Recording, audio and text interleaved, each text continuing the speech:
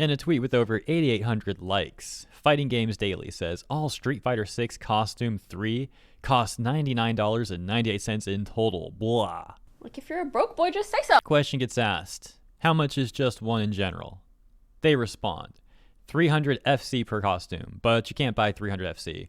Either 250, which is $5, which would mean you have to buy it twice, spending $9.99 for a costume and spare 200 FC.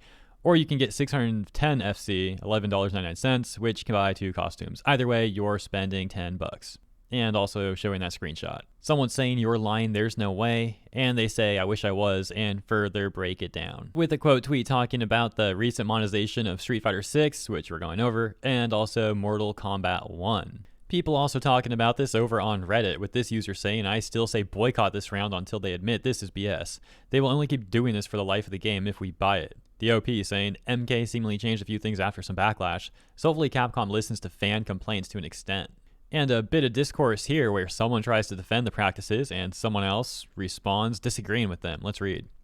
First comment saying, do you want the honest answer? Characters should be costing more, but they are doing what they can to keep them cheap because they are important and necessary for keeping players engaged, and are to some extent mandatory in a competitive sense.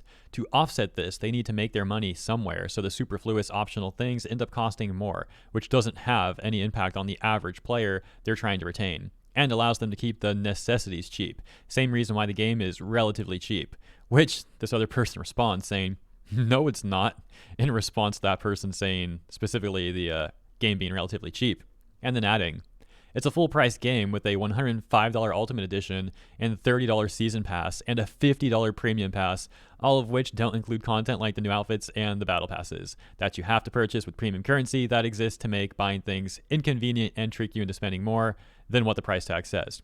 I don't know why you're acting like Capcom is throwing all us a bone. This is at best industry standard pricing, and considering the AAA industry standard is too over-monetized and nickel and dimed, that's not a good thing. Guilty Gear Strive is more generous than this game is, and ArcSeed doesn't even do anything special on that front. Their monetization is almost entirely concentrated in season passes. I'm very familiar with AAA gaming companies' increasingly predatory monetization practices. However, I don't play fighting games, so I haven't been in the loop with how they've been affected as well, and finding all this out has been rather interesting. That corporate greed sure does run rampant. Anyways, this segment was essentially a TLDR of the recent Street Fighter backlash. So consider liking and or subscribing for more segments like this, and if you want to hang out live, got my VTuber account in the description. Thanks for tuning in, and have a great rest of your day.